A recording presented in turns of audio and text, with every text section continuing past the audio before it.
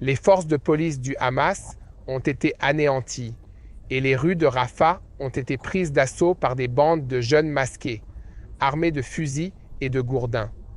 On les a vus patrouiller dans les quartiers de la ville, intimidant violemment quiconque se mettait en travers de leur chemin, des terroristes pour contrôler la population, assurant le seul semblant de loi et d'ordre dans ce paysage dévasté.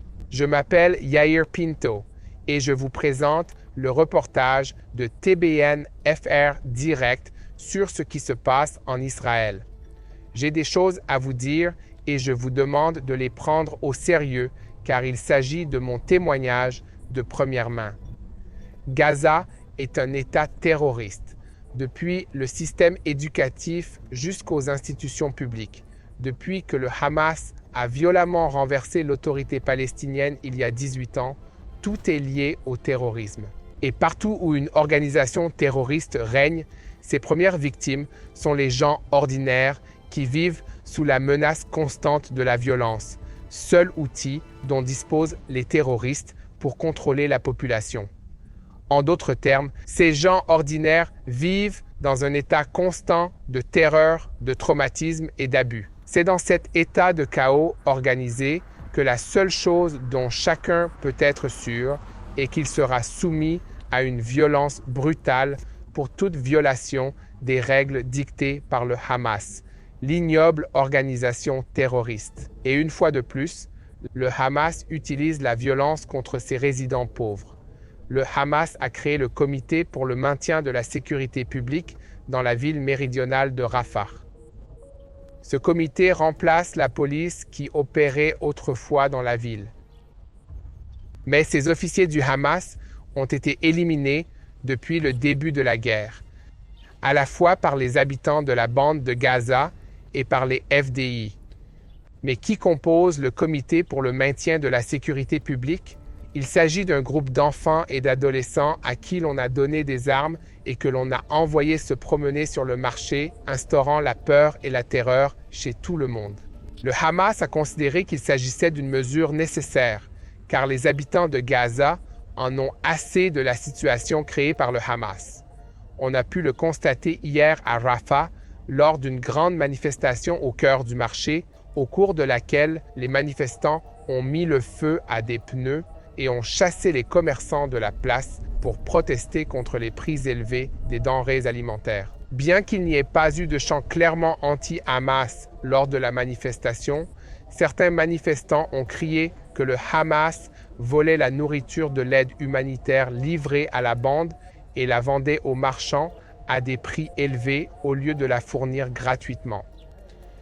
À ce jour, selon les estimations, plus de la moitié des habitants de la bande de Gaza, soit environ 1 500 000 personnes, sont entassés à Rafah. Les rapports des services de renseignement de la bande de Gaza révèlent la situation dans laquelle se trouvent les habitants de l'enclave palestinienne depuis 4 mois. Dans le nord de la bande de Gaza, des sacs d'ordures sont empilés au centre du camp de réfugiés de Jabalia. La densité de population à Rafah est très élevée et le village de tentes s'étend déjà sur 3/4 de kilomètre carré. Aujourd'hui, près de 5 mois après le début de la guerre, les prix de tout ce qui se trouve à Gaza ont grimpé en flèche, surtout après l'introduction progressive et contrôlée de l'aide humanitaire. Sur des images de Rafah circulant sur les réseaux sociaux, on peut voir des membres du comité pour le maintien de la sécurité publique portant des masques de ski, des bonnets et des sweats à capuche, debout à côté d'étals et de marchands.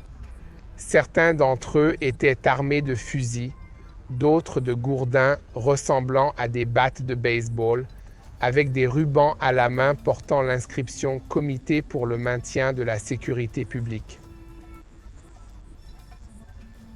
Doivent savoir que cette tactique ne fonctionnera pas longtemps, mais ils n'ont pas honte de sacrifier des enfants pour gagner un peu plus de temps.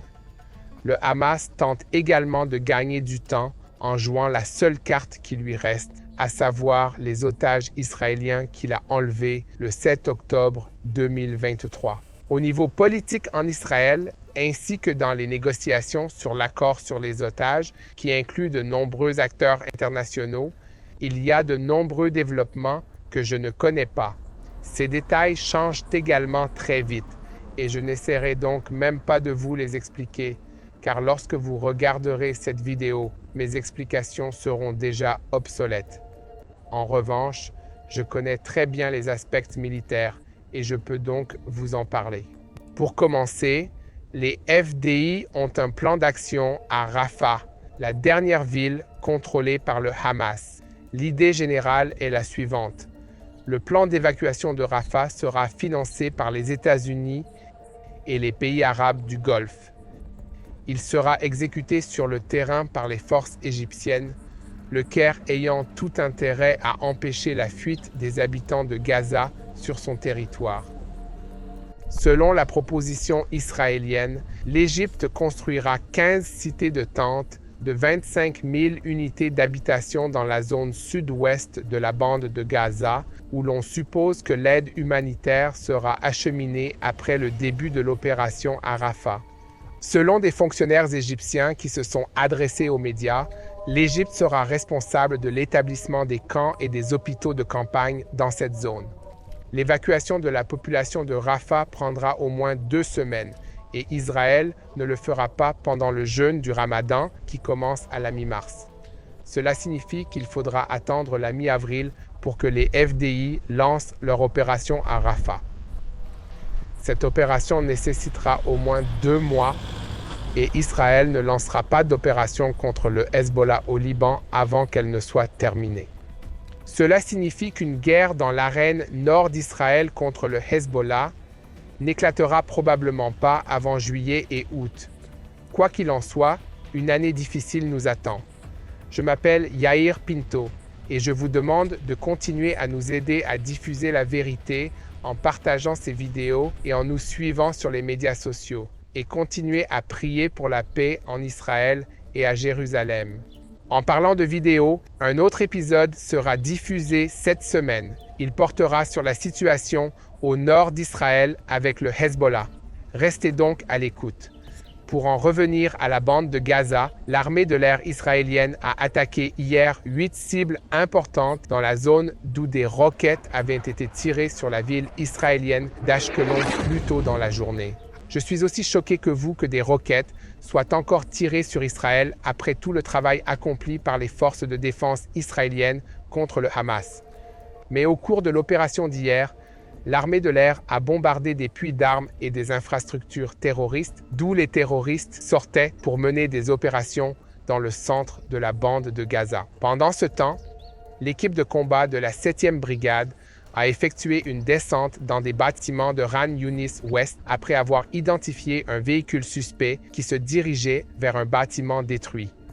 Le bâtiment a été identifié comme étant un entrepôt d'armes et les véhicules ont été détruits par un tir de missile. 5 terroristes ont été éliminés au cours de la bataille et l'aviation israélienne a attaqué 2 bâtiments voisins où une escouade de terroristes préparait une embuscade à l'aide de missiles anti-chars. Les commandos de la brigade parachutiste se sont également déployés à l'ouest de Khan Younis sur la route centrale, fournissant des tirs de couverture aux autres unités de Tsahal, ce qui a permis d'éliminer plusieurs terroristes qui sortaient des tunnels et tentaient de monter des embuscades. Dans un autre endroit de la bande de Gaza, des combattants de l'équipe de combat de la brigade Givati opérant dans la ville ont lancé un raid réussi pour trouver et éliminer une équipe terroriste qui avait tué 2 de leurs camarades dans une embuscade au début de la semaine. L'équipe terroriste a été traquée, retrouvée et éliminée avec l'aide d'une frappe aérienne. Ailleurs, la 98e division a mené des frappes aériennes contre des terroristes qui avaient tenté de tendre une embuscade aux forces de Tsahal près d'un bâtiment militaire du Hamas dans le centre de Khan Younis, grâce aux nombreuses explosions secondaires qui se sont produites après la frappe aérienne. Les troupes de Tsahal ont pu constater que les terroristes touchés transportaient de grandes quantités d'explosifs et de munitions. À Rafah, de petites escarmouches ont déjà eu lieu. Hier, un groupe de terroristes a tenté d'avancer vers la position de Tsahal à Hatzar, un quartier à la périphérie de la ville. Alors que les terroristes tentaient de s'emparer du bâtiment, un hélicoptère de Tsahal est apparu sur les lieux et les a rapidement éliminés. Comme vous pouvez le constater, les FDI utilisent un réseau hautement intégré de moyens de combat, comprenant des troupes au sol, des chars, de l'artillerie et des aéronefs, avec ou sans pilote. Cette capacité de combat intégrée permet à l'armée d'être flexible et puissante. Elle nous permet également de minimiser les pertes que nous subissons dans cette guerre. Les combats sont encore loin d'être terminés et nous avons besoin de votre aide pour diffuser la vérité sur les raisons pour lesquelles nous nous battons et sur ceux contre qui nous nous battons. Les FDI défendent Israël et le reste du monde contre une organisation terroriste maléfique qui cherche à nous détruire.